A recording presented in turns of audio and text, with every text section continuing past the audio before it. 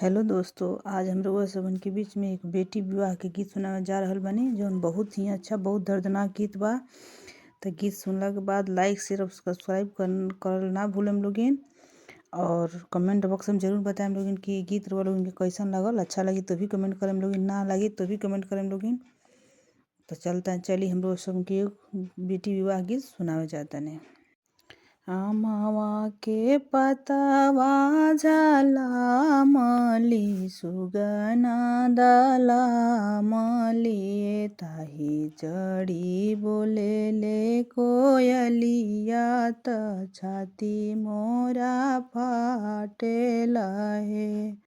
आमवा के पतवा झाला मली सुगना दला मली ताई चढ़ी बोलेली कोयलिया त छाती मोरा फाटेला ए।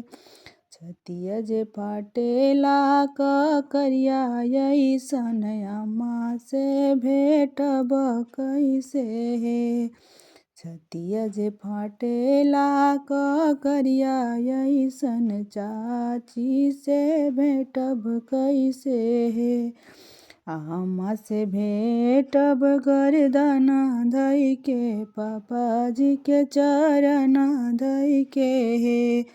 सखिया से भेटबो सड़क बीचे अब सखी दुर्लभ हे। चाची से भेटब गर्दन धइ के चाचा जी के चरण धइ के।